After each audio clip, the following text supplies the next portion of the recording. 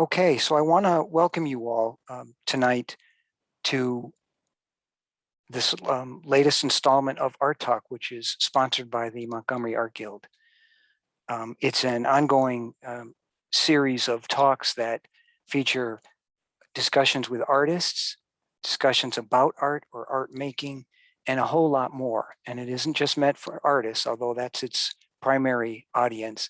It's also for art lovers, for people who don't necessarily see themselves as artists, but really like art and support the Art Guild in a variety of different ways. So welcome to all of you to this.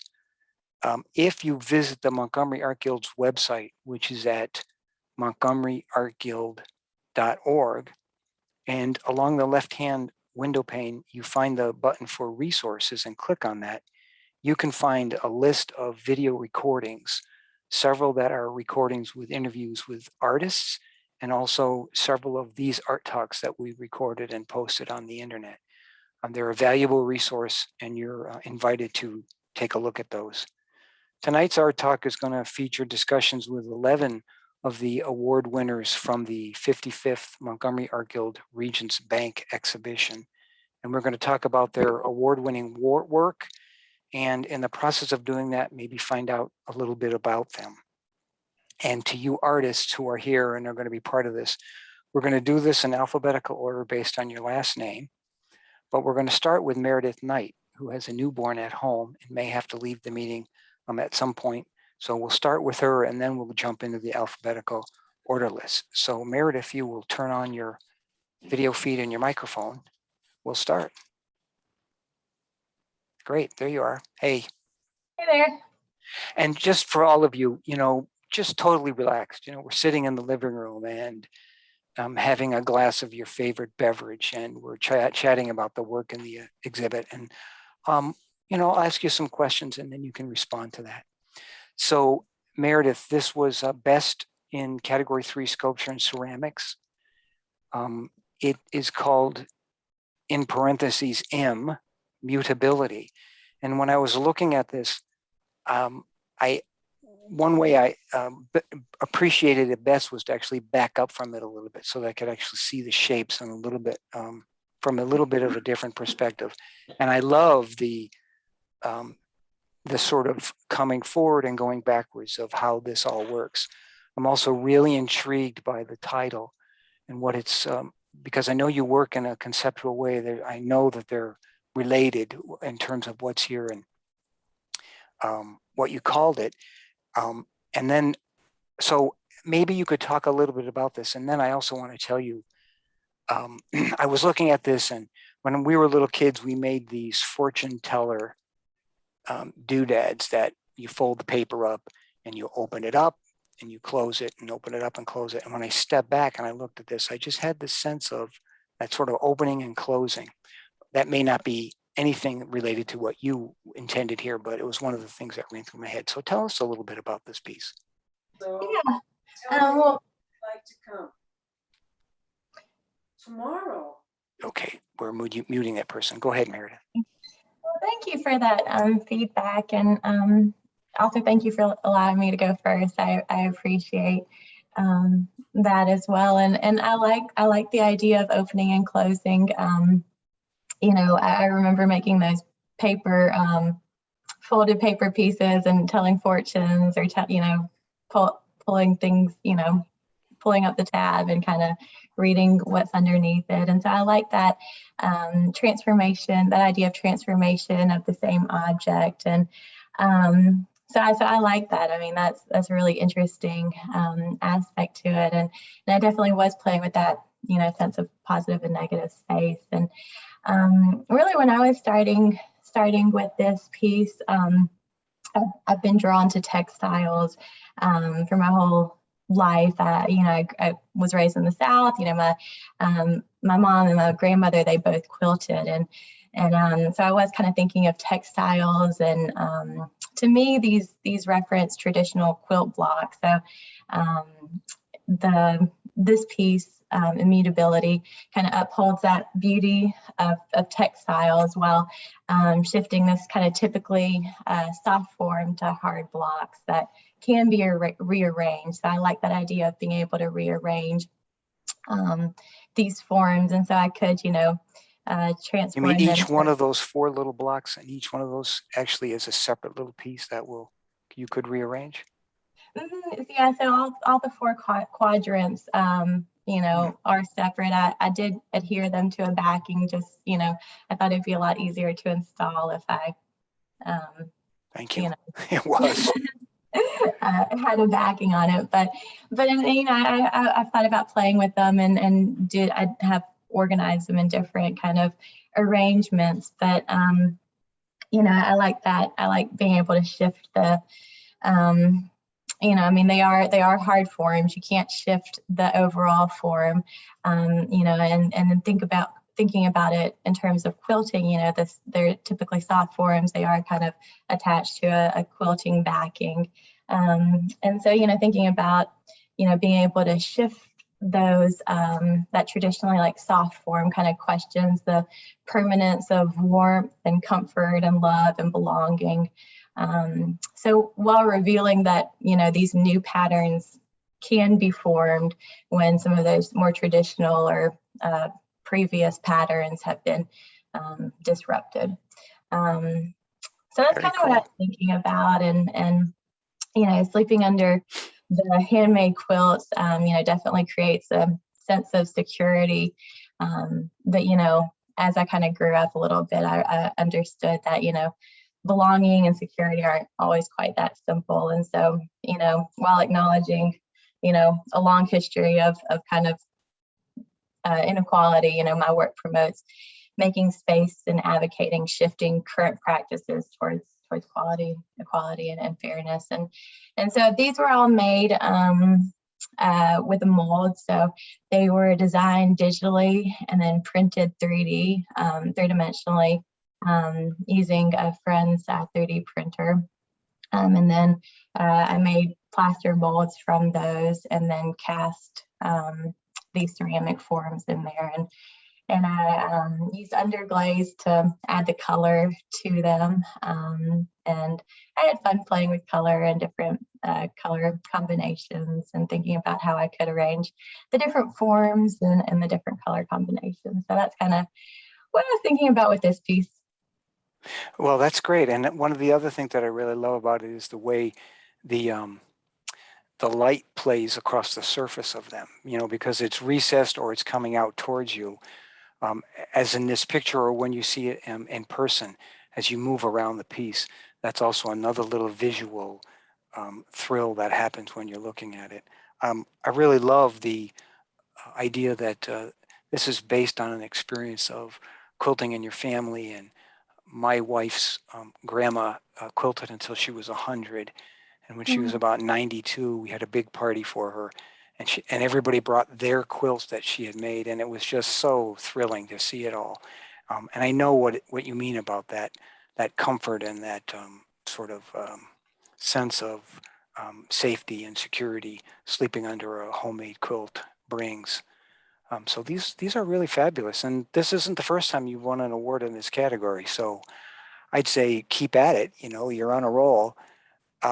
And I wonder, just in parting, boy, could you make these just a little smaller and really make a big quilt? Like 6 or 8 or 10 pieces? Just a thought. Yeah, I have thought about that. And thank you. I appreciate your comments on them. And, I have thought about making more of them and doing kind of a different, a quilted piece. And so I have actually in I have a studio downstairs in my carport where I make these, and I have maybe like 12 more of them that I've cast since Cool.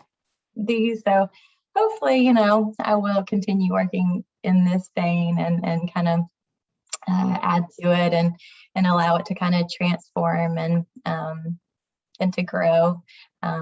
I've made more molds so I can make more of them as well. Wonderful. Do you go to the Alabama Clay Conference? that happens every year here in Alabama? I Okay, do. good. I'm excited about the clay conference this year. I'm on the It's up steering at, committee, oh, and wonderful. It's up yeah, at the Shelby County Arts Council building, that new one that they've got in, what's the name of the town? I'm drawing a blank. Columbiana. mm, I think that's where it's going to be, and it's a beautiful facility. Anybody who's a clay artist or is interested in that sort of thing should check that out on the web. I definitely agree with you. I mean, it is. I've loved the clay conference. I feel like I learned a lot there, and registration did just open up recently. Cool. So yeah, I'm excited to get to go to the clay con. Are you going to be joining the clay conference this year? It seems like I might, Janice is a potter, so we'll see how that all works out. good, good. Oh, and there we are. Time's up. All right. Well, Meredith, thanks, y'all. thanks so much. I appreciate it. All right. And next up will be Pocrates Aspel. So Pocrates, if you turn on your video and on your unmute yourself. Great. There we go. There you be. How's that? Good. So, one of the joys of putting together and preparing for an event like this as the moderator is that I get to look on the internet and find everything I can find about all of you, because I'm interested and curious and want to have some information that we can talk about. And for you, I found that you've actually been an artist pretty much all your life, in grade school and in college, in high school. You always took art classes. You always wanted to be a professional artist. You got a bachelor's of art from University of Alabama in Huntsville. Me? Is that true? No, you That know is what? You know what? That's Jeffrey. that is false, fake news. Lord. That is fake. I'm Well, like, I did all that. When did I do all that? yes. Well, I do know that you were. I wish I had those kind of credentials, but no. I Well, will not. those credentials are important, but I don't have any of those credentials either. And I think that self-study is just as important. And the sort of way that you've come through this, which is to make a decision to. I see what you did there now. Okay. Was that smooth? Yeah. You So, had me. anyways. Okay. Yes. So let's talk about this piece. It's tell us a little bit about it. Then I'll ask you some questions. Okay. Well, the piece is called Art Talk. It's more of a minimalist piece, so there may not be a whole lot to say about it. So if you remember going through the pictures at the reception, it's a black and white, kind of a gray color palette abstract, and it does have it's acrylic, but it does have some collage pieces, so it's technically mixed media, and it was also on paper. So I was kind of confused on which category it would fall best into for the show, is because there was works on paper, there was mixed media, and then there was painting, of course. So I just went with painting categories. So it was an 18 by 24. It was on watercolor paper, but I used acrylics and, like I said, collage. And the collage pieces that I have, or that I used, were scraps from magazines. I'm in my studio now, and I have a whole stack of different magazines, National Geographic, Smithsonian, People magazine, to get, a wide variety of content material from magazines and stuff like that.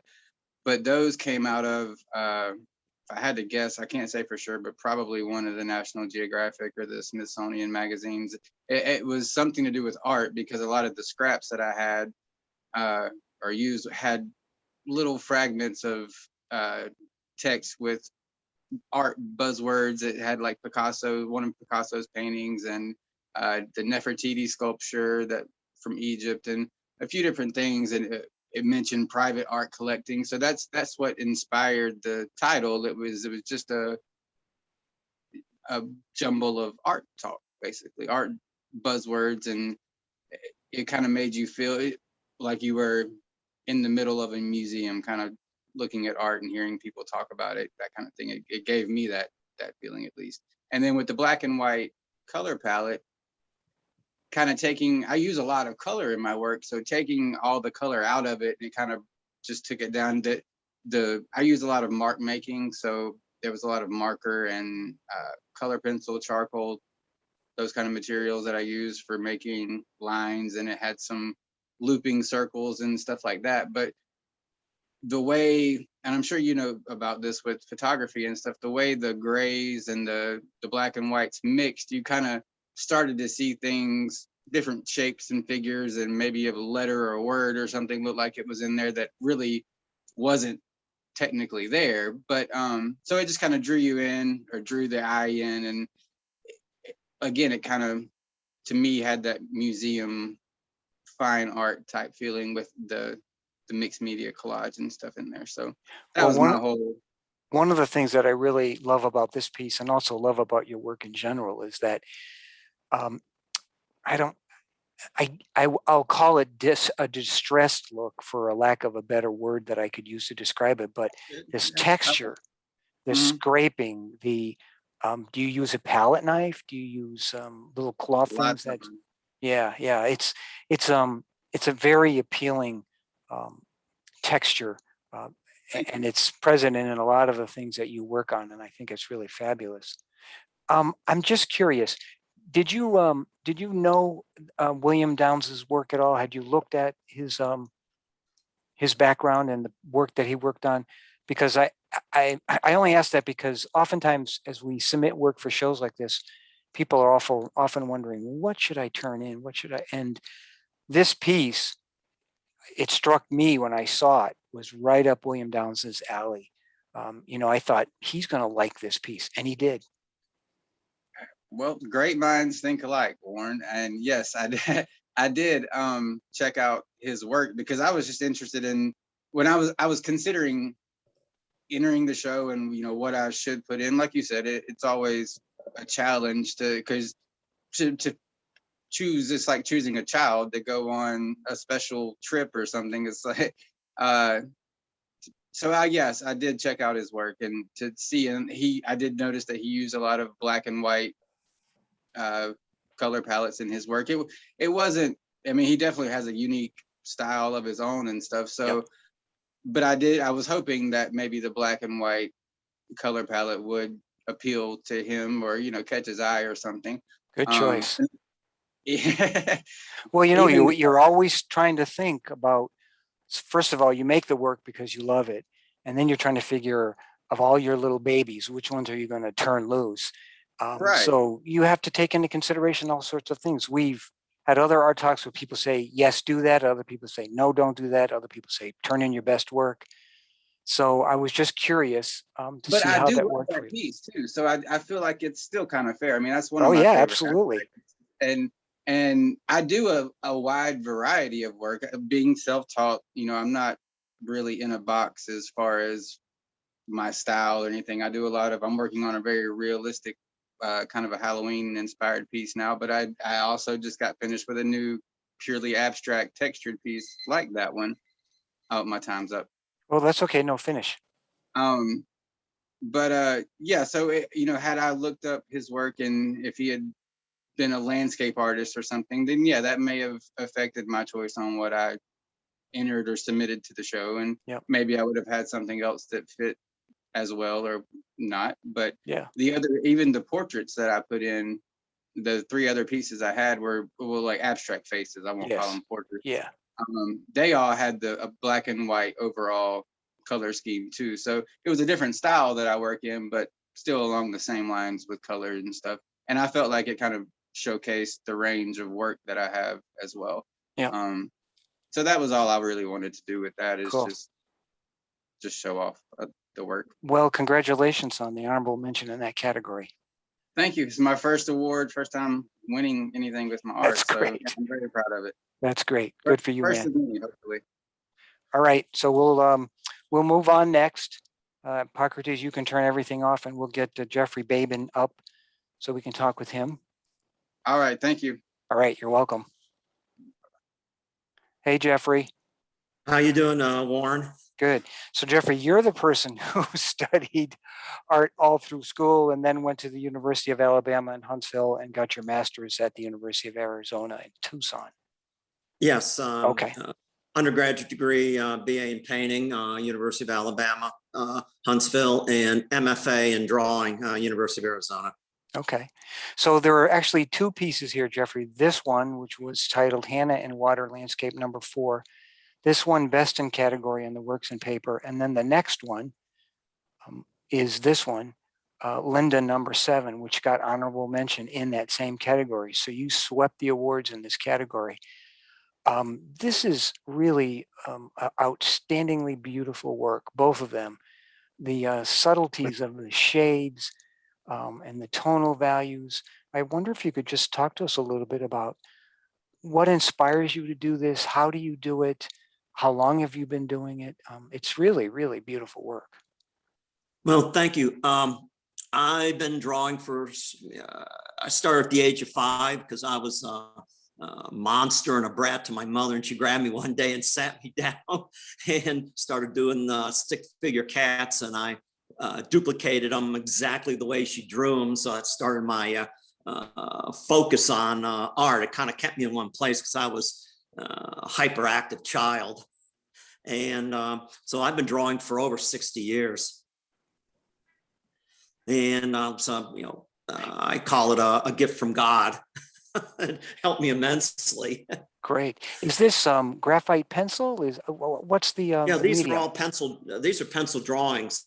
And of course, the one Hannah in Water Landscape #4, it's quite a large drawing. It's roughly 20 by 27 inches before mat and frame.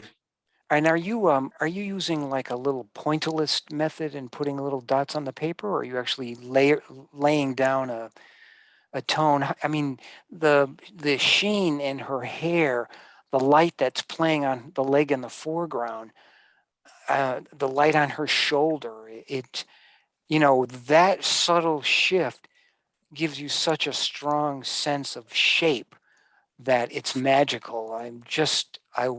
How do you do that? well, after I get the draftsmanship down, I start laying a tonal foundation using some smudge stumps, ones that I bought in graduate school that I can't find anymore. And so I love them because they give me the quality of blocking in that I need. And then I work from right to left. And because I'm a lefty, southpaw, so many years I found out, I had to think, well, why am I smudging areas that are already completed and have to redraw them again? So I put a piece of wax paper down over the drawing and then start drawing in sections from right to left, so so I don't smudge anything anymore. And then I start doing what I call the full render. And it's not pointillism, it's basically line strokes that I make disappear. Wow. Well, that's really, really impressive. And you've won awards in other shows as well. It's beautiful work. So how did you come to draw Hannah and also Linda, #7? Were these done from reference photos? Did you do this with a live version first and then reference photos after? How did you work that? Well, these are all reference photos. I'm a photorealist, and it's basically photo as subject. I take a lot of extensive photographs of the things that I'm interested in, and I go from, and then and I try to get them compositionally correct in the viewfinder. So when I print them off, that's my vision, that is it.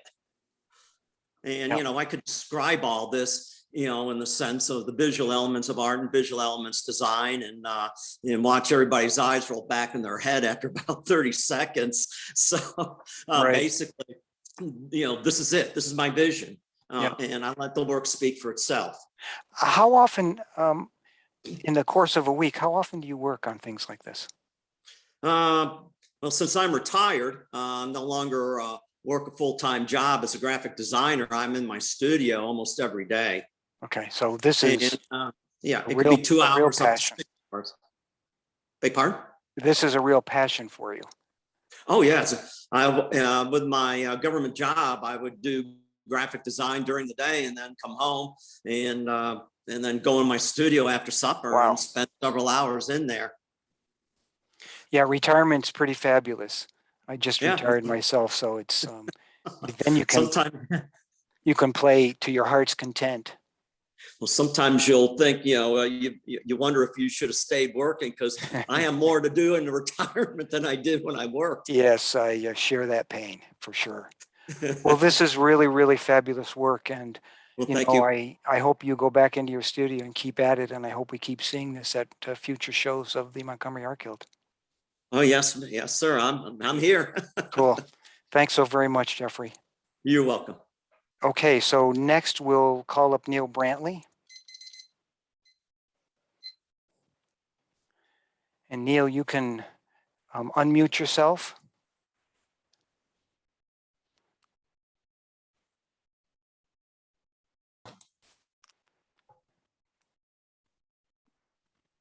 Can you hear me? We can, and then you should be getting a little message to show us your video. Ah, there you are. Okay. Here. Cool. Neil, yeah, adjust your monitor just a little bit so we can see your head. There, that's good. Yeah. Perfect. Okay. Parfait. So Neil, you grew up in Troy, same hometown Right. as my wife's. Correct. Your family, you had some painters in your family. You went to you took some classes at painting lessons from a professor at Troy State when you were a high school student. Then you went on to Auburn and ultimately Tulane University with a BFA in painting. So this painting, I know where Apropos is. It's right next door to Stonehenge, almost in between Stonehenge and Dirk's Filet and Vine. And wow, this is so beautifully rendered. Could you talk to us a little bit about this? Like, what made you paint this particular scene? And then talk a little bit about how you did it. Okay. I paint from things that I see in real life. I'm sort of like a photographer in that I'm always looking for something. I don't look for subject matter to paint. I look for compositions that already exist in nature. And I'm drawn to shapes. I'm like a shape person. I love shapes and how they interact with each other and how shapes and colors interact with each other. One of the things I liked about this painting was the entire canvas is broken up into shapes, top to bottom, left to right. It was almost overwhelming to paint this. It's 30 by 40, and it's got so many changes. It's got plants, it's got buildings, reflections, things in the window. The funny thing is I walk past this building every day with my dog. I've passed this building countless times. I never thought of painting it. And one Sunday afternoon, I was walking past it with my dog, and I looked down at the window box, and I thought the window box I love window boxes. I thought the window box was really interesting. I thought I'd like to paint the window box, but then I said, I can't paint the window box until I paint what's behind it. So I pulled back and I painted the window, and then I pulled back even further, and I ended up painting the awning and the door and the sidewalk. I didn't plan on painting this. I had to take several photographs over 2 different days because one of the most important things about the painting are the reflections. You've got 2 windows. You've got the door and the display window, and they reflect light. And the reflections are different depending on what time of day it is, morning, evening, noon, and if it's overcast or not. So I took pictures one day and I came back another day when the light was totally different. And I took other photographs to find reflections that I could deal with. And so that's how I painted this subject matter. And this is oil painting? This is an oil painting, it is. I've painted with acrylic years ago. I just exclusively paint in oil paint now. It's just part of me. I've been painting for 55 years. I started when I was 16 and I'm 71. So I've painted a lot of different ways over that time. And I'm always like, I think of myself as evolving. I really love your description of the idea of shapes. I've been thinking a lot about this idea of formalism in art, where the subject matter is less important and what's more the central focus of an image that I might be creating is the shapes, how they play with each other, how they play with the frame. And now that I think about some of your other work that I can recall, there's a lot of that going on in a lot of your work. And it's part of There's what makes your work so unique and beautiful. This is not it. My paintings do not fit neatly into a category. And I'm not really a hard edge realist. I'm not a realist. I'm not an impressionist. And I'm not an abstract artist. One of the things I like is when the entire canvas is broken up in shapes. That's sort of similar to abstract art, because if you look at an abstract painting is actually very, very two-dimensional. It has depth from the way it's painted, but it's a series of shapes resting on a picture plane. That's what most of abstract art is. It's shapes resting on a picture plane. And the depth comes from the painting. So this whole image or shapes resting on a picture plane. One of the interesting things, I've never done reflections in glass in my life. I had to simplify this. The reflections were unbelievable. There would be reflections on top of other reflections. And then when I got to the door, I did this painting. I paint in layers. I draw it off in pencil. I take a photograph and I make the photograph the same proportion as the canvas, and then do a pencil drawing on the canvas. And then I start putting down layers of paint. And so the painting sort of emerges out of the canvas. It's not like I throw paint on the canvas, put paint on the canvas and it's there and move it around. It emerges sort of because the image sort of grows out of the canvas. And that's just the way I paint. That's not anything better than anybody else or anything. And this painting was so big, I painted it in sections. And I painted the painted the building first, and then I had to come in and I had to do the window box and then each section of the inside of the display window and decide what I was going to leave in and what I was going to leave out. And then I moved over to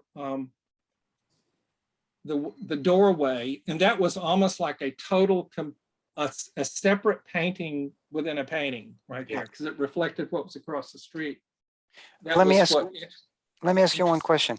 Is that slant that runs from right to left from the edge of the doorway down into the bottom left-hand corner where you signed it, is that there, or is that something that you are? There's a hill there. There's I just love that way, that line, because that's an important part of the design, because very everything important else is vertical and horizontal.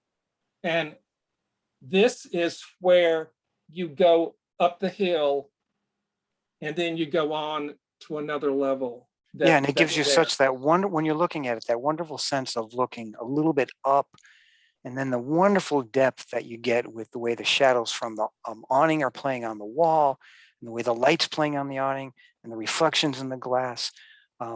This one really blew my mind when I saw it. It's really beautiful. I love diagonals and I love curves. I love paintings that have curves in them and diagonals. Who knows why? Keep doing that. So that was our time buzzer that just went off. So thank you so much, Neil, and congratulations on the best in category of opaque painting. Thank you. All right. Next up will be Andrea Bookman. And Andrea was honorable mention in category 3. Hey, Andrea. Is it Andrea or Andrea? Andrea. Okay. And we'll just there. So you've been a florist, a design florist for a very long time. And recently in your 30s, you went back to school at Auburn in the art department.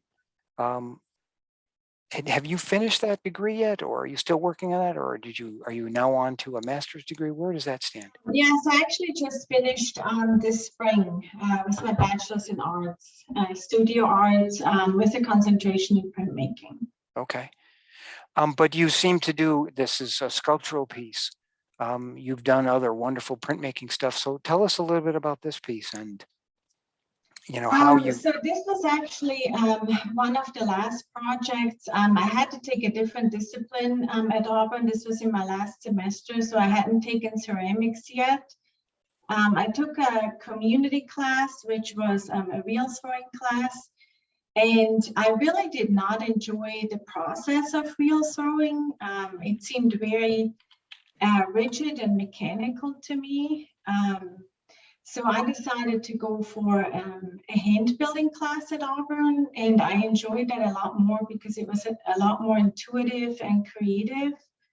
And this was, like I said, one of the last projects. So we had a lot of freedom. There was a little bit of size and number restrictions that we have, but other than that, we could just kind of create on our own.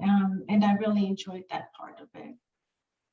and it was really interesting. So you delivered the piece, and then we set it out on its foundation, and each one of those pieces is an individual bowl or a shape, and Yes. the way that the glaze plays on that, you know, it was a very interesting process to try and set it up in a way that was as true to the way you delivered it. And, you know, you delivered and it's bouncing around in that box. Right. So, you know, I know clay and glazing of a clay is a real challenge. You know, there is no control per se. You can put a color on and then whatever happens in the kiln happens. So were these happy accidents the way this came out, or did you have a little bit of a design in mind or a hope for how it might turn out?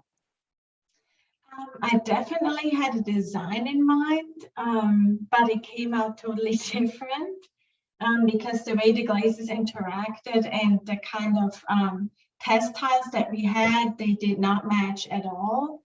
So this was not what I had intended, but it's definitely a happy accident. And what I really liked about it is because of the size, when I had to glaze it, I realized it was a lot harder than I thought. So when I dipped it, the inside, and when I poured it out, it kind of went all over the place. And my first instinct, because of my kind of like OCD personality, I was like, well, let me wipe that off so it's all nice and clean. But then it was like, no, I really like those lines, and I'm just going to leave it and see what happens. And I've really enjoyed that whole process of having less control of the whole creative process that I'm used to, like in printmaking, where everything is very thought through. You have to have a plan. You have to create your image and mirror image, however you do it. If you want to print this color, it has to be like this. And so this was a lot more intuitive and just creative and instinctive. And I really started to embrace like the happy accidents. And I think I learned a lot about myself. I didn't feel like I had to have complete control over the process. I was like able to let go of that and just embrace what was happening and see what was happening. So that's kind of like what I did with the texture. It kind of, the outside was very uneven. It's kind of hard to see it in this picture, but I added the texture where the unevenness of the surface kind of appeared, just to kind of accentuate that. And yeah, that was really interesting to me, to just kind of be that spontaneous about it. And how did you choose this piece? Was it just a piece that you really liked and decided to submit it, or were you thinking about William Downes's work? Or I ask that because as I'm sitting here and I was listening to you talking and I was thinking back to what Hippocrates said, I looked at this piece and I thought, there's a certain abstractness about the shapes of the bowls and the way they sit inside that larger piece. And then of course, the way the glaze, the variations in color and in texture and in shapes and form, it almost has, it has form and it has shape, but it's also when you sort of look at it with a slightly blurred eye and you look at the framing of it, it also has a certain feel of abstractness. I'm just curious as to how you came to decide what you were going to put in the show. This is a question that everybody asks all the time. Yes. Well, this might sound weird, but I usually don't really, if I'm not familiar with the juror, I usually don't research them until after the fact, just because I don't want to influence what I put in with their personal view, if that makes sense. Like I'm Yes, usually absolutely. choosing the pieces that have the most emotional and personal meaning to myself. And I feel like if I put those pieces in and they get accepted, it has a lot more meaning than if I put something in that I might just think somebody else might like. And so this just happened to be, I think I entered 3 or 4 pieces, 2 got accepted. This was one of them. And this definitely had a lot of personal meaning just because of the personal growth that I went through in the process of working this way and creating this way. So I was really, really excited that this one got accepted. Great, great. And what's next? Are you going to stay in the area and keep working? I mean, with your art? Yes, I continue to make art on the side. I'm a full-time floral designer. I love my job. I Good. want to do art on the side so I can do what I want to do and I don't have to like produce something that I'm not 100% into. Right. I'm currently taking some ceramic community classes where I'm kind of continuing what I have started here, where I just kind of see where the process takes me and Fabulous. kind of see what I create and not so much think about of the end product, what I want to do, but just kind of see where the process takes me to. Wonderful. Well, I hope we get to see more of your work in future shows. Okay, thank you so All right. much. Thanks, Andrea. All right. All right. Next up is William Canty. William, if you'll unmute and turn your video on. There you are. Hey. Hello, good evening. Good evening. So, William, you have a BA in visual arts, and this is I really love this piece for a number of reasons. I'll tell you about it, but I'd like you to talk to us a little bit about this piece, what it means, Yes. and the title of it, and then we can chit chat a little bit. Okay, so yeah, this piece is it's from a series of drawings that I've been working on for civil rights pieces, and it's from a photograph by Birmingham news photographer Norman Dean, and I think it was taken on May the 3rd, 1963, and it's of these children. The famous, Bull Connor spraying the kids with the hoses. This is like right before those kids were sprayed with the hoses, and they had their signs protesting. It had all, skip school, and they were using the kids as for the civil rights protests. And the police is taking their protest signs. The original signs were all handmade signs, and I changed the statement on the signs to kind of match some other civil rights signs that in the past used to have "I am a man," but when I made them sheep, then I couldn't say that they were people again. But so I've been using this appropriation to kind of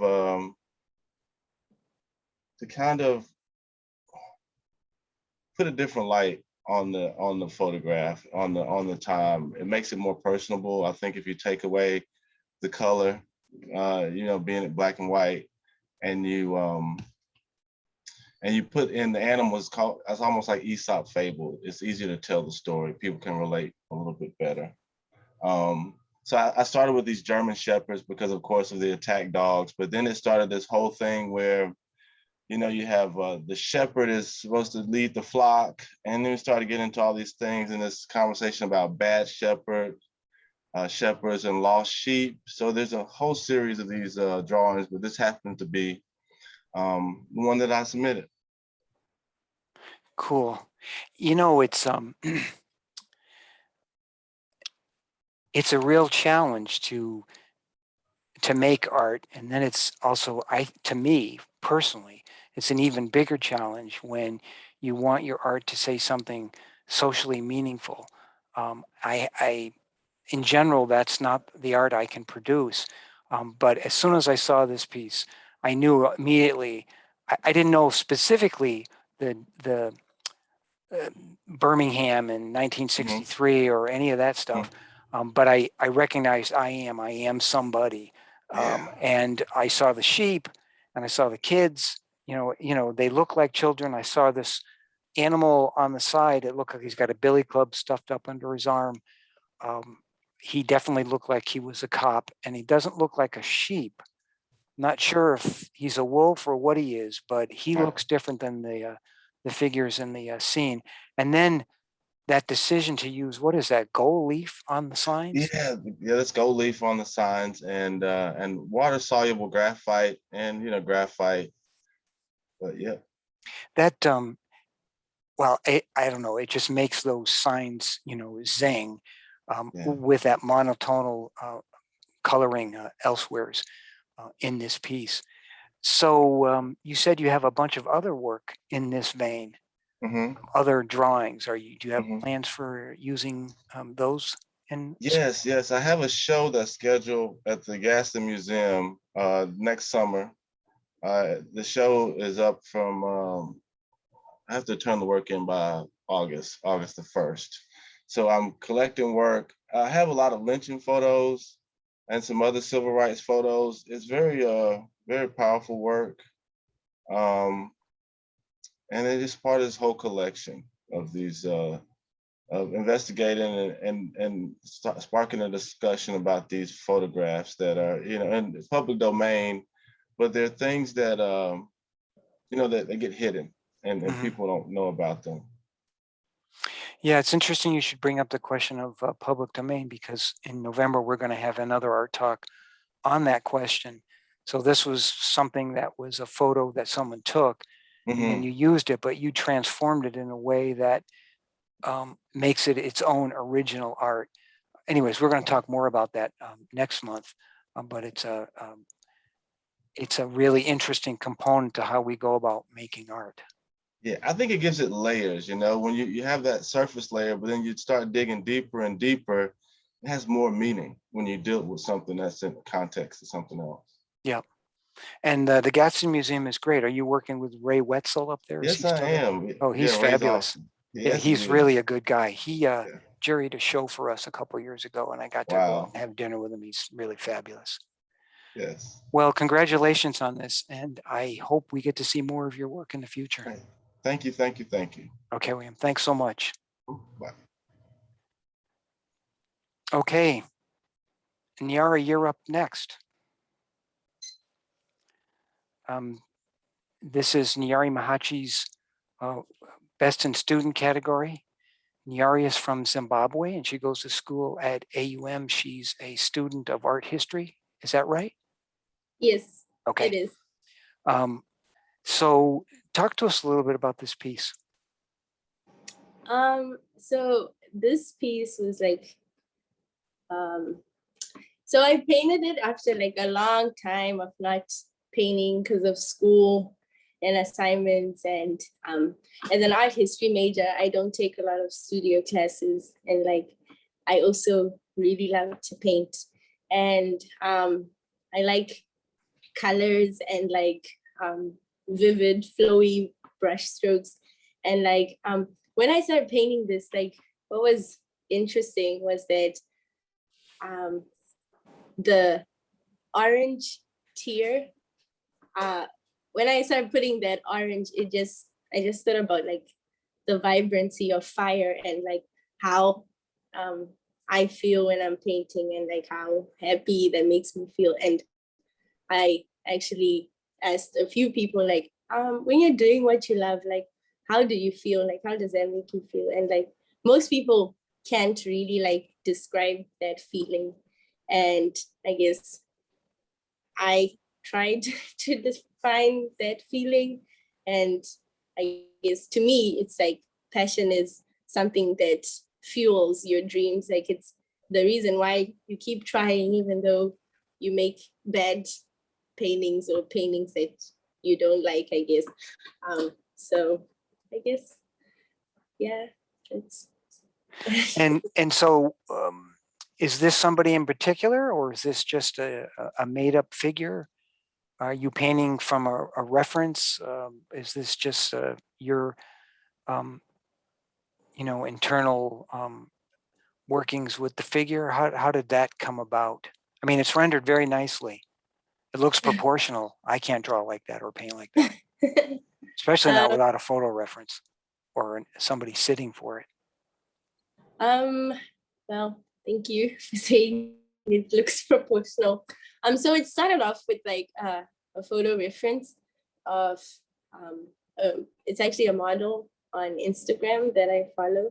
But then as I was painting it, and this happens to me a lot when I am painting, I start with the reference, and then in the middle of painting, I get bored because I want to make it my own in like the best way I can. So I guess, for example, the ear and the cheek is not really as representational as everything else. And like I like to then play with these forms to see like how can I create something that resembles a cheek but doesn't really look like someone's cheek, but just like suggestive brush strokes, like trying to move the eye with the colors and the brush strokes that I put on the painting. But yeah, it started as like me copying a reference, and then I just stopped looking at the reference because I started enjoying the way the painting was forming, and like, I don't know, the way it was turning out as I was painting it. So Well, I love the way that gold on the shirt, the way the gold looks a little bit like fire. And then you look also the way the gold and the yellow on his cheek and forehead, but also that subtle way on his forehead that recedes into his hairline also looks like blue flame right across the top there. And your description of the fire that burns to fuel our dreams, and your whole description about what you're thinking when you're, I like to call it the zone, or the place you go where everything stops and you just are totally open to the process. And then the sensibilities that are hiding behind all the filters that we have come to the fore and interact with the pain and interact with what's coming out. And then to me, that's where like that's the moment of ecstasy and joy, when you're there and that's happening. There are famous jazz musicians who describe how at a certain point they don't even feel like they're the ones playing anymore. It's more like the universe channeling something through them into the music, and maybe the same thing happens to us when we're doing our artwork in some sort of way. I don't know. That sounds a little metaphysical, but it's like you said, it's really hard to describe it. But when it happens, it's really fabulous. yes. Well, so congratulations on this best in student. You're finishing up soon, aren't you? You have another year? Yes, I graduate in December next year. December next year. And are we going to be able to have you here, or you have other plans to move on and go back home, or what are you going to do? Any thoughts on that yet? Yeah, I am going to do my master's in art history, and that's what I'm looking at now, like some graduate schools. Like I want to study African art and like African iconography and African diaspora art, and like these connections between conflicting identities that like artists born in Africa experience when they're working abroad, and like how their work may intentionally or unintentionally convey these themes of conflicting identities, and how sometimes I guess their work can connect to their past, but also expressing the new things that are inspiring them in these new environments that they're in. And just, I just enjoy, well, I guess I'm curious about like the presence of African iconography in a lot of African diaspora artists and even in African American artists' artworks as well. So Well, that that is sounds really what great. we do. I Yeah. hope while you do that, you can continue to also enjoy your passion of painting. I hope so too. And once you graduate and move on to your next step, I hope you come back and visit with us too. Yes, I will come back and visit you guys. Okay, cool. Mhm. Thanks so much, Nyari. That's perfect timing. The alarm was just about to go off. Okay, thank you. Okay, you're welcome. Thank you. And Margie McInerney, you're up next. Hey, Margie. Hi, Warren. So this is becoming a regular habit with you, winning awards. Same And picture. well, no, not I didn't mean that. I meant that, you know, your work is fabulous and judges keep recognizing it for the beautiful, the beauty that these watercolors are. We've talked about this a little bit before. You grew up in a rural setting in Bartlett's Ferry, Alabama, and nature was out your back door, and how that has impacted your work. And this is clearly a scene like that. Tell us a little bit about this, about the painting process. What made you decide to paint this? You know, all those sorts of things that when we look at this and go, wow, we all want to know. Well, I think there's a lot of different reasons I painted it. Probably to start, it's in my neighborhood and it's some beauty that I get to see frequently. And like I said before, I get to go out on the pontoon boat and have fished off the dock with my grandchildren. So it has some good memories there. But when I went out to take the photograph that morning of the marina, I saw that there was a lot of dimension to it. And that's something that I really gravitate towards in my paintings. Even in my the plants that I paint, I have to get a lot of dimension in there. So I'm going to get layers. And once I got my photograph, I thought this has some really good layers to it. And I love the way you can see the light and even the trees through some of the cracks in the boards. And I didn't just want to go and paint a little square box that was brown with some trees in the background. I love detail, and I know that's sort of out of character for a watercolor artist, but that was just my medium that I chose when I began to paint. And so I like to get detail in it. Do you know Von Sims? He's a painter who lives in the Selma area. No, I don't. I'll have to look him up. Look him up on Instagram and Facebook. He hasn't been doing a lot of painting lately because he's working as a brick mason and learning how to do that. But he's a watercolorist like you. He loves detail. And it's astounding when you look at this and consider that it is a watercolor. It's kind of mind-boggling. I mean, you layer watercolor paints the few times that I filled with it, it's just like blobby stuff spreading all over the paper. So that's pretty astounding. How long does it take you to paint something like this?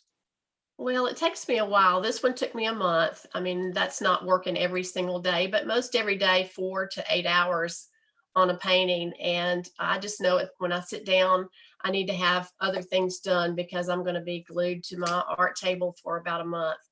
And I don't get a lot of paintings done in a year because of that. And I wish I was a little bit faster, but I just like the process and to take my time. Well, that little last nugget of wisdom that you said, that you like the process. I think that's something that's resonating through everybody who's been speaking tonight, and that is they love what they do, they love how they do it, and I think each one of us, because we're totally unique, comes to find our own path through exploration and experience, and sometimes happenstance and chance. But you know, I would say, you know, keep at that. Even if you only produce a small number of pieces a year, you're having a blast, and then we have a blast looking at it because we sort of get to see, you know, I think there's something to be said for the artist's state of mind and how that plays out in a painting or a photograph or whatever it is that's being produced. that you can sort of see. If there's a lot of joy and it's a really interesting process, sometimes that comes through. And I think this that's is very certainly, true. yeah, certainly a beautiful piece. Well, thank you, Well, Frank. I hope we get to see more of your work at future shows. Well, I do too. I've got to get busy and get some others done. I have gotten one done, another one done this year. I'm not quite as happy with it, but you never know. I could enter it and someone else might like it. So anyway, I'll definitely continue to Cool. paint. Great. Thanks so much, Margie. All right. Thank you, Warren. Okay. And Lisa Newcomb, you're up next. Hello. Hey, Lisa. Hang on just a moment, Lisa. Okay. So Lisa, this is a fabulous piece. When I went searching for a little bit about how you work and what you do, what I found talked about abstracting glass and vibrant color fabrics into luminescent glowing images. So, and this is certainly, it sort of fits that bill. Maybe you could just tell us a little bit about what this is, how you did it, what it's printed on, because if anybody has seen the show, by the way, the show is up for one more day, so you still have time to see it if you haven't. And this is a fabulous piece. It's so shimmery. Talk to us a little bit about this. Thank you, Warren.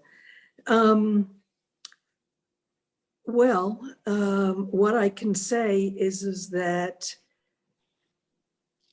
I've been a collector all of my life. I've collected glass. I've been a scarf wearer. I love fabrics. I love color. I love pattern. As compared to some of the other artists, I don't have an MFA or BFA, but I've had a lifelong passion with art and have been a docent for 18 years and have, with my husband's work in the last few years until COVID, traveled around the country and sort of did self-directed study of artwork in museums and galleries across the country. And so about 2 years ago, my life slowed down with COVID. And although I had identified as an artist as a young person, really hadn't done anything beyond learning about art for over 40 years. And a friend gave me a beautiful scarf for a birthday gift, and that started me photographing. So I work early in the morning or in the evening when the sun is setting. I like a soft light. I love curvilinear design. I like to have a sense, I love dance and movement. And when I looked at William's work, I was a little afraid on some levels because his work is all about black and white, but it's also about being provocative without, you find your own narrative in it. And in some ways, my pieces, though they're the polar opposite, they're rich with color, they invite the viewer in to find their own narrative through abstraction. And I work and do somewhat of a meditative process. Once I choose a work in a given day, I may go shoot 300 pictures using the same materials till I really find something that compositionally I think is the strongest. But I work sort of meditatively to find, if you will, and there's some redundancy here, but the voice in an individual piece. And this piece was so much about voice. And the other piece that I submitted was, what was it called? Together bubbles and isolation. And where William's work dealt with social political dynamics, we've been living in a rapidly unique, changing cultural lifestyle. And it's been a year a couple of years, it's been impacted by so much emotional, political, and environmental strife that I thought that the word voice, singularly, with a big open mouth, was a conceptual statement. And so looking among my many pieces, and I've been somewhat prolific, I thought that perhaps this was a good one to Bingo. put in. You really struck pay dirt with this. I think, William Downs as the judge really like this for a lot of the reasons that you just described. I think it's there's a couple of different ways to see the mouth or the voice visually, in terms of what you're looking at it, and then the slope of the vase, or the glass figurine, and then the way that that's tilted, that wonderful spiral in the background, and then that's the scarf that's behind the glass. Mhm. And then whatever additional work that was done in the digital darkroom created a really unique piece. It's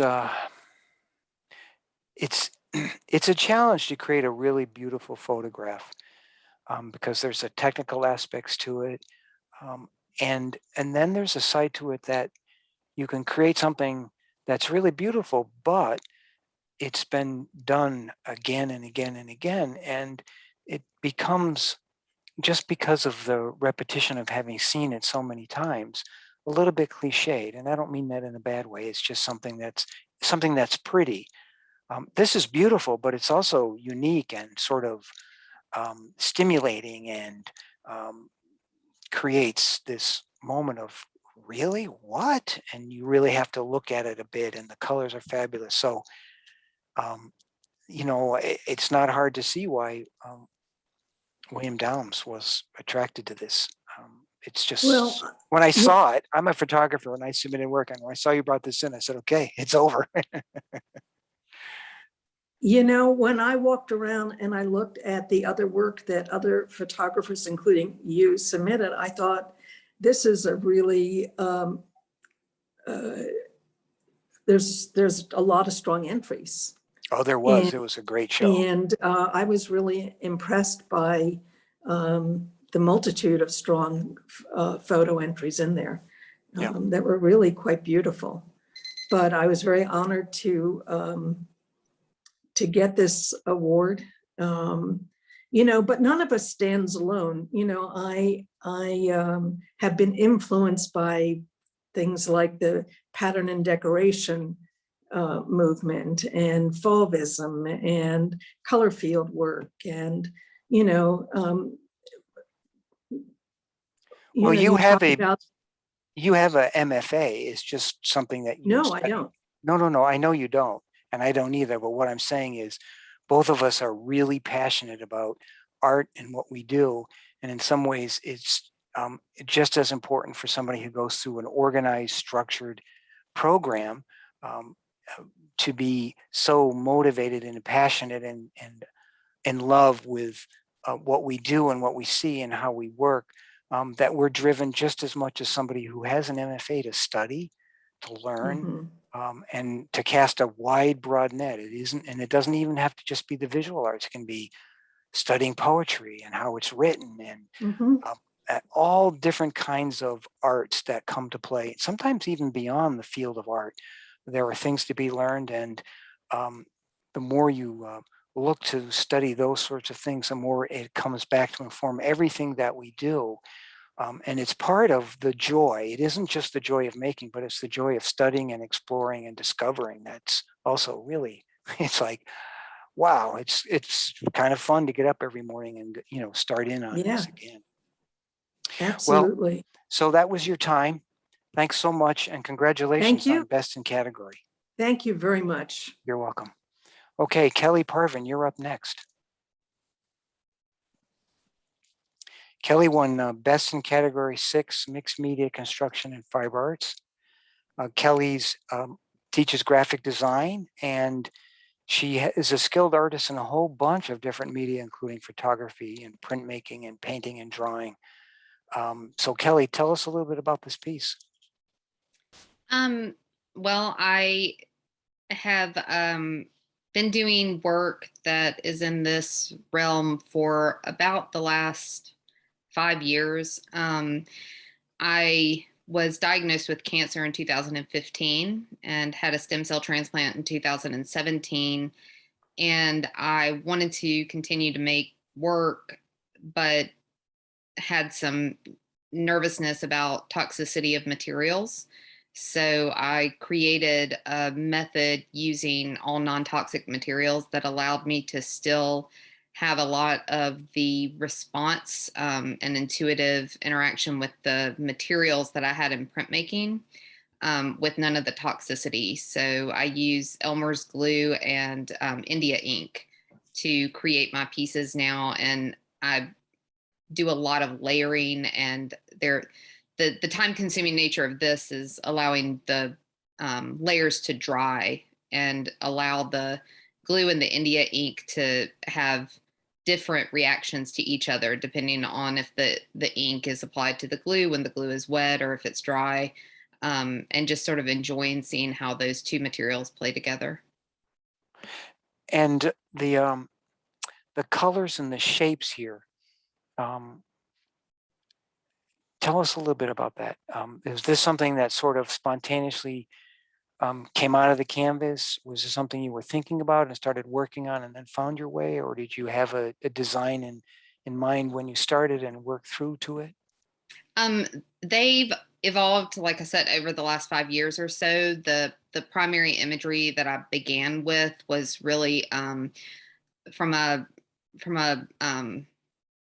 lab-based look at some of the blood cultures of the type of cancer that I had, some of the cellular interactions that happen in the imagery of blood when you look at it under a microscope, and then allowing myself to bring in some of my drawing background and add some variance in the lines to create an image that's less scientific. So this isn't just about the medium or the graphic elements, but there's also a personal connection with what's here.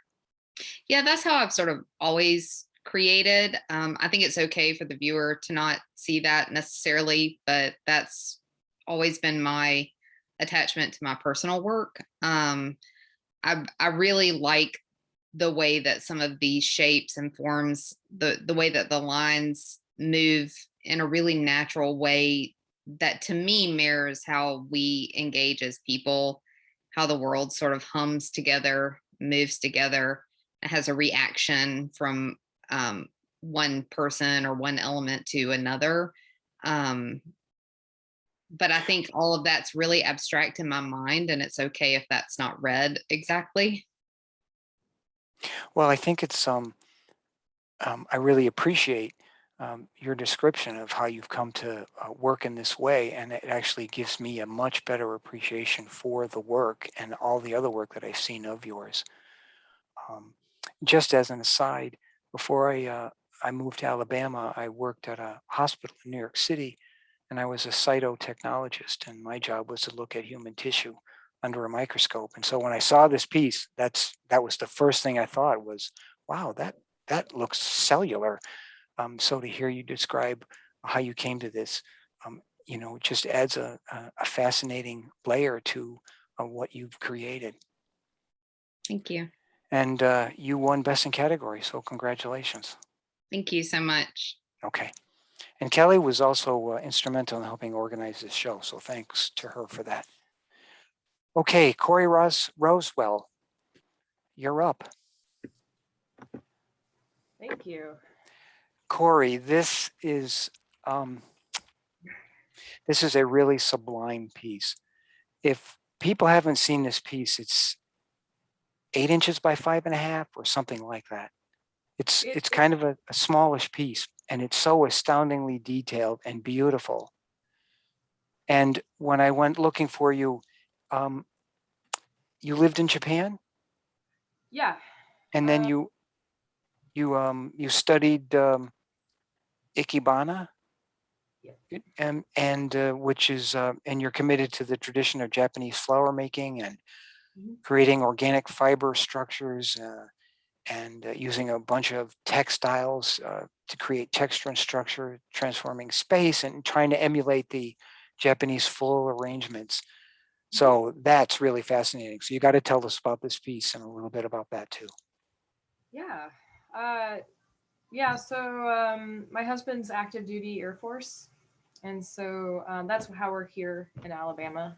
Originally from Wyoming. Well, kind of. It's a long story. So yeah, we spent I kind of I started off wanting to study plants, and then I realized that I couldn't do it I couldn't do but to do art, and so I decided to change careers and went and got a degree in art history. And while we were in Japan, I was newly married in a foreign country with a baby, and I needed an artistic outlet. And so I turned to Japanese flower arranging. And so a lot of those, there's a lot of really strict rules for how to use the floral materials to help the eye navigate through a three-dimensional space. And so it's a kind of, so there's a lot of rules of three or odd numbers, and so I've applied a lot of that teaching to my artworks. And a lot of a big motivator in my artwork is actually like focusing on plant life, and stuff like that. And so kind of trying to bring it back to my embroidery. Embroidery was also like something that I continue to work on, because it's portable, it's non-toxic, and the worst that's going to happen is my kid is going to step on a needle, which is not the most horrible thing. I mean, it hurts. It really does. So anyways, I kept up with the embroidery, and I started hanging out with a lot of plein air painters, and oh man, what a crazy bunch plein air painters are. So I got invited to a plein air painting event, and I was like, I don't paint, right? And they're like, as long as you're not photographing things, you're fine. So and so I was sitting outside for 8 hours a day embroidering in a lawn chair, and it was that kind of like strenuousness that almost like becomes like a nirvana experience. You know what I mean? It's not a very good way to explain it, but I loved like trying to communicate a landscape in stitches, and like trying to follow the light and to do that. And so I I went back to Wyoming. This is the Lake DeSmet reservoir out near Basin. I was there. I did an artist residency at Gentel Artist Residency, and this is on one of the walks out there. And it just the vibrancy of the color, of the reds and the sages and then the blue is just so amazing, and so crystal clear. And so I took the photo, and I did some study sketches, and I sat there for a really long time. And then I was like, then I sat down and like really tried to pound out how to do it in embroidery. And I'm kind of a sculptor at heart. I'm really a three-dimensional person. Like, I really love texture. It's why I've gone so hard into fiber arts over the years. And it's because like I really have to get my hands into what I'm making. And so I try to approach embroidery as a sculptural act and not necessarily as a, like making an image. So it's really all about space and directing your eye. And you can kind of see this in the other piece that I entered in the show, not so much in Lake Spirits, though William Downs really liked this one because this one is kind of more about line, I would say, than texture. But something that's always kind of made me unhappy with contemporary embroidery is they use the same weight of thread, and they the big they a lot of times it's in a circular hoop, and it's all the same weight of thread, and it's really more about shifting colors than it is about using the sculptural ability of thread to make an image. So what I was really struggling with this piece is how do I make that sky as flat as possible? So believe it or not, this piece is 3.5 by 6 inches. That's it. And there are 7 colors of blue in that sky. And so I had to sit down and like look at my massive thread collection and like plan out all those colors and then figure out how to fade them into each other. And then I use I use 5 or 6 different stitch techniques in this piece. And that's another pet peeve of mine, where it's like you don't use the full canon of what embroidery can do. And in each piece I'm trying to take an embroidery technique and really expand upon it, and try and make it more. And so in this piece, in order to create depth and to give the lake that ripple effect, but like mirror/ripple effect, like stitches are going in a different direction, they're different lengths, I'm just kind of building up on it and trying to make it a real textural experience, you know. Well, you have really, you, you nailed it. It really is. Just to hear this description, first of all, it's fabulous. And then you hear the description and it just like blows your mind. And just when wind in a very light way plays across the surface of the water, it creates that sort of shimmer. It's not an even ripple. It's kind of shimmery, and you get that real sense with the way you've stitched that there. And I just love hearing you describe, how you did that and the different thread sizes and the different, stitching techniques. And compositionally, there's wow, that pattern that's in the front, which is the plant life and the rocks or whatever that is, and as a way it works around and takes you around the lake and that hill in the background. It's beautifully designed. So, wow, best in show. We know why. Oh, It's really wonderful. And so, as part of the best in show, you're going to try and pull together. We arranged with Stonehenge Gallery to allow you to have a show there in April. And they look like complicated, time-consuming pieces. I would say no matter how many you have, you should go ahead, even if it's just 3 or 4, you should go ahead and do that, because we would love to see that work there. And Stonehenge is a great place to exhibit. Yeah.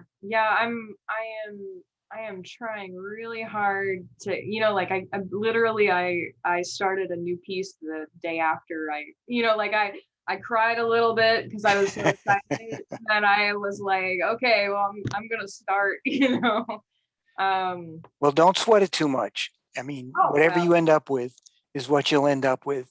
It'll all be good. You'll get introduced to a broader art-loving audience, and they'll get to see some really fabulous work, and everybody will be happy. That's great. Yeah, it's all going to be Alabama themed, and I'm having a lot of fun. That's great. And We're so glad you're here and with us. Yeah. Okay, so that's, Corey was the last artist. I think we can take a few minutes, if everybody's game to, anybody who needs to go, that's fine, but anybody who would like to stay, everybody, you can turn your videos on, you can turn your microphones on, and if you decide you want to ask a question or add a little something in the discussion, the only thing I would ask is that you try and limit whatever you have to say, to keep it short, because there may be a number of people might want to say something, and we also don't want to be here all night. Okay. So does anybody want to ask a question of an artist, or do you have anything you want to raise? Oh, Meredith's around. Meredith, I just a comment maybe, but as soon as I saw your pieces, I was like, dang it, how do I make that in fabric? Like, I was just sitting there trying to figure out how I could, make that. But I like the way you were coming from quilting, even though as a textile artist, I immediately am like, how do I do that in fabric? You're like, coming at fabric from that ceramics point of view, it's kind of funny. It's actually really cool. Yeah. How you sort of are coming at something from different points of view and different medium, and then how it all plays out, and you look at both of them and you go, wow. And Corey, when I was hearing you talk, I was interested in how you're kind of coming at, a textile fiber arts from a sculptural perspective. And so yeah, I really enjoyed hearing you talk about yours, and I think that making that quilt pattern two-dimensionally will be well, it's coming from quilting, so yeah, that's interesting. Okay, anybody else? Well, while people are still thinking, I will make a plug for our next Art Talk, which tentatively is scheduled for November 16th, which is a Tuesday. And this will get fine-tuned, and we'll send out final information when it is. But the idea is that we want to do an art talk on something related to copyright issue, to plagiarism, and to how to protect your work. That is, how to maintain the copyright on your work. We've lined up one of our own, Leanna Leehauser, who is a fabric artist who does a lot of stitch work, a lot of artwork based on photography. And she's grappled with this question of if she's violating somebody's copyright on an image by working with it. And she's come up with a pretty good way to how to handle that. We also have Julie Graham, who curates a photography magazine out of New York City called A Curator. She's also the licensing specialist for the Yusef Karsh estate. He was a famous portrait photographer in the mid-20th century. He did Churchill, and there's, in fact, the museum here has his portrait of Churchill, a fabulous portrait. Anyways, she works with them to try and chase down people who are violating the copyright of Yusef Karsh's work. I took a workshop with her a couple of years ago, and she had a lot of good things to say about what we can do as artists to protect our copyright within the framework of the wild, wild west of the internet. And then we'll also have Mark Harris, who's the director of the Dixie Art Colony Foundation, which is dedicated to trying to preserve and collate the work that was done by Central Alabama artists in the 1930s and the 40s. They actually formed a little group, and he's working with some other people to work on that, and they've grappled with some copyright issues. So it's important for artists who oftentimes use photographs for for references for painting. And we also wonder, how can we protect our work when we put it out there on Instagram or on Facebook or wherever else? So that's going to be on the 16th, and we'll send you more information. Sorry, that was more long-winded than I thought it would be. Okay, more. I just wanted to say we have a deep collection of Karsh's work at the Art Museum. Yep. And periodically it goes up if you haven't seen it.